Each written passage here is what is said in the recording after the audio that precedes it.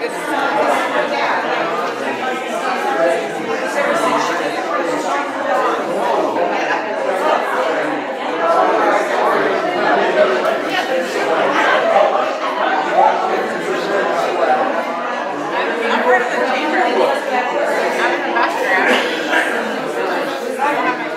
we're going to start the second part of our program.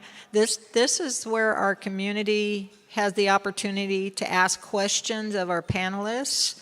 And before we start, I want to introduce Alejandra Enciso. She is a Alan Hancock Board of Trustees member, and Alan Hancock is our partner in this program.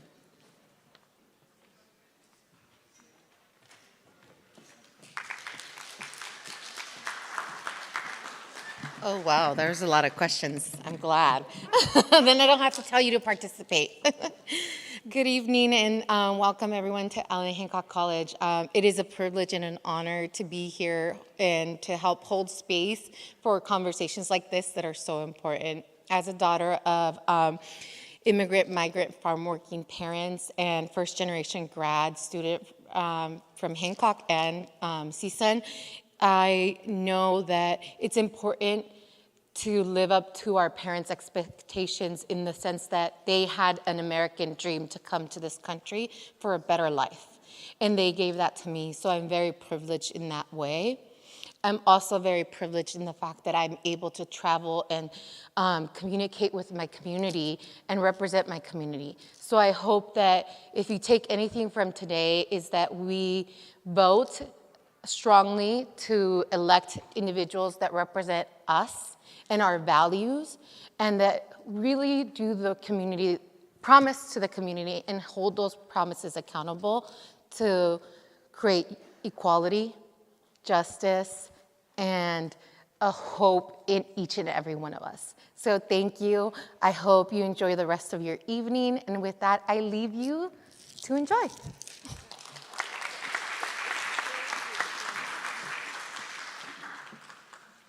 Okay, so during this portion, we have questions from our audience, and we have Tracy who will time the replies from the panelists for 2 minutes, and we're going to start with Professor Scarp.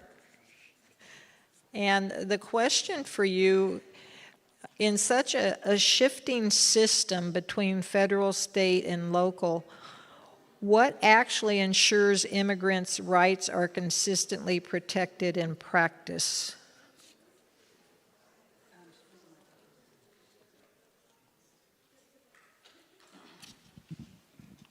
Is that on? Am I on? Okay. I just have to be honest and in the moment say I don't think we are guaranteeing that. I don't know. So there are things in place that can keep some guardrails. My former colleague and boss talked about courts intervening. But that often takes quite a long time. So, executive action happens fast, right? This is one of the civics lessons, right? Executive action happens very fast, and executive action includes law enforcement, whether that law enforcement is being done in a way that's consistent with the ways we think it should be done, and the chance for the courts to rein in the excesses takes time. But it is there. Those avenues are there. So we do have that court system. Congress largely, and this goes sort of to my wheelhouse a little bit, the founders thought that one of the reasons for checks and balances is that the founders really thought that each branch would want to hold on to its turf. They wouldn't want to cede their powers. But Congress really has ceded their powers. They just have. And by the way, I want to be clear. That's not just now just immediately recently, just this administration. It's kind of been a ways coming, but it's just very dramatic right now that the Congress has ceded its powers. So, aside from the judicial branch, which is very time-consuming, the court system, the way to ensure the rights are upheld is by voting. Thank you. And a question for Luis. What is the Madison Lincoln Initiative? Thank you. It is a softball question. Thank you for it. You know, when I retired from the community college system, once I left Alan Hancock College, I was president of 2 community colleges, and when I retired, I wasn't quite ready to give up purpose on this earth, and I thought, what's the issue that I care most about? And the issue that I care most about is preserving this republic, this experiment in self-governance for my kids and grandkids, for all of our kids and grandkids, because it's imperiled today, as you know. And so the Madison Lincoln Initiative is a small, nonprofit, nonpartisan organization. The fact that we're nonpartisan doesn't mean we won't call balls and strikes when we see balls and strikes, but we do it as much in a nonpartisan way as possible. And we have 2 goals in our mission. The first one is to advocate for a dramatic, a radical overhaul of our civic education system, which, as you know, is practically non-existent. You take one class in your junior or senior year of high school, and that's kind of it. That's what we call a civic education. And if our kids and grandkids are going to do a better job than we have done to ward off tyrants from office, to preserve this republic, this nation of a rule of law and not of men, then our kids need to be taught how to better be stewards of this democracy. So the first goal is to advocate for a dramatic overhaul of what we mean by a civic education, starting in kindergarten all the way through university. And then the second goal is to actually work directly with schools and colleges, helping them foster democratic engagement or civic engagement among their students. One of the areas I tried to concentrate on as president of a college, and we didn't do it well enough, so there's a need for all of us to really reinforce that goal. Thank you. And a question for Michael. Do you see our Hispanic businesses struggling? And is there anything that can be done to support them in our community? Thank you for that question. I think in general, when you look at the businesses in Santa Maria, which there are just under 4,000 businesses in Santa Maria, there's a high number of Hispanic-owned businesses. We, at the Chamber, we have established a Hispanic Business Alliance that is a group of Latino leaders who are business owners and business leaders who come together to, on a monthly basis, to help lots of business owners and lots of startup businesses. We have a number of staff members at the Chamber that speak Spanish that can help also. So there's lots of resources. Now, the first part of your question, Hispanic businesses struggling, we don't see them struggling any more than any other business in this economy right now. I mean, we have, we look at a lot of uncertainty, right? And so businesses typically pull back a little bit in uncertainty. And you see that across the board right now. Thank you. Yeah, thank you. And now for...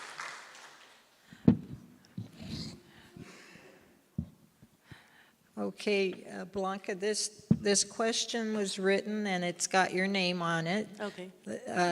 If a person has an overdue debt to a community college, will that affect his application for citizenship? I never heard of it.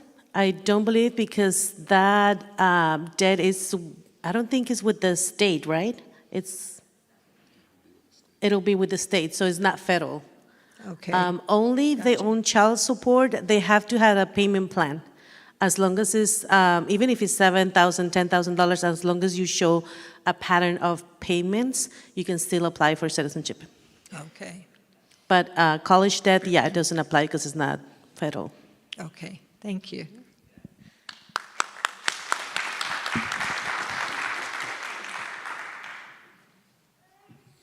Okay, we have a question for Alfaro. What is the meaning of DACA? Trying to read it. Oh, and what are the threats to DACA? So what is the meaning of DACA? I can answer that. Blanca can answer that, because he was not DACA. Okay. Oh, that would, okay. But DACA is deferred I don't know if we have, or, deferred action for childhood arrivals. So basically, if you came to this country while you were young, without your will, you are a candidate to apply for DACA. Well, not currently, only to renew it. But it's basically for those kids who were brought from other countries when they were young, and they could apply for a work permit. And that work permit, it's, you can renew it every 2 years, and it goes on until we have something in Congress that hopefully will pass. thank you. Yeah. Appreciate that. Okay, this is a question again for Alfaro. What is Omna Life? Bueno, la compañía de Omnilife son unos suplementos alimenticios que son de alta gama, de alta calidad y están avalados por la FDA de alimentos de aquí de Estados Unidos y de cada país donde estamos en 20 países alrededor del mundo. Y lo puede tomar un bebé recién nacido hasta una persona mayor, todo el mundo lo puede consumir. Porque mi testimonio con los productos, ¿por qué empecé a hacer el negocio de Omnilife? Porque yo corregí un problema de alcoholismo. Yo tenía problemas de alcoholismo antes, me pegó cirrosis. Y médicamente pues ya no tenía solución porque el doctor me había desahuciado y me dijo que me fuera para la casa porque ya no tenía solución con mi problema, que ya me fuera porque me iba a morir. Me dio 6 meses de vida porque ya mi hígado ya no estaba... Ya estaba pues bien afectado, yo vomitaba sangre todos los días y arrojaba sangre por el recto también todos los días. Entonces me encontré con una persona que estaba vendiendo esos productos, yo no le creía porque yo me burlé de él, le dije muchas groserías que fuera a engañar a otra gente porque no son buenos, que eran estafas. Y él me estuvo insistiendo de tomar los productos y yo lo empecé a tomar más de fuerza que de voluntad porque yo estaba muy adicto a la cerveza. Me tomaba 20 caguamas todos los días, pura King Cobra, 2 onzas del Perro Rojo, las más fuertes. Entonces empecé a tomar los productos, la persona me dijo que podía mixtear los productos con la cerveza y pues como estaba adicto a la cerveza, no podía dejar la cerveza, tomaba los productos con la cerveza. Entonces así, ¿cuál fue mi sorpresa? Que después de 2 semanas de estar tomando los productos, fui menorando mi cantidad de caguamas. Después empecé a tomar 18 y 16, 14, 12, 10, así hasta que ahorita pues ya no tomo cerveza. Y corregí mi problema de salud porque fui con el doctor de cabecera que tengo y me dijo que me hicieron un estudio de todo el cuerpo en general, porque como ya iba a llegar a los 60 y que me hiciera un estudio. Y cuando fui se sorprendió porque mis resultados todo salió bien y me dijo que siguiera haciendo lo que estaba haciendo porque me sentía muy bien. Y por eso lo sigo consumiendo y lo sigo platicando con mucha gente, porque si yo mejoré mi salud, hay mucha gente que puede mejorar su salud. Gracias. What he's saying, Omnilife is a product that's made of natural chemicals. Yeah, and why he started drinking the Omnilife, that was because he was an alcoholic. He used to drink a lot of beer and stuff like that, and he got damaged his liver because of the alcohol, and he started drinking it. They recommend him to drink that, and you know the time passed, and he was drinking it, and even though he was drinking the product, wet the beer, and he was diminished. The alcohol he was drinking until finally he get rid of it, and now he recommends it, and now that's the reason why he became a businessman for this product. Okay. Thank you. And that will wrap up our questions tonight. It seems like this was a very short opportunity for the information. We do have till 7:30. If you'd like to stay and speak with the panelists, they'll be available in the lobby. And if your question didn't get answered, I'm sure you can also ask questions and talk about further information. The League wants to thank all of you for attending tonight. Again, the League purpose, we are nonpartisan. We want to bring information that impacts our community to our community members. Our panel has been fabulous. Thank you, each of you, for the information that you brought. It has piqued my interest to go even further, so thank you for that. And please take action. Please get interested in further information, follow up with the groups that are available, take a class, but there's many ways that you can stay involved and continue to gather information around the topics that we talked about tonight. And we also have available League applications in the lobby too. We want to continue this work. We've expanded from the Valley, Santa Maria Valley, to Lompoc, Buellton, and Guadalupe areas. So we're hoping all communities can stay informed. And everybody have a wonderful evening. Thank you.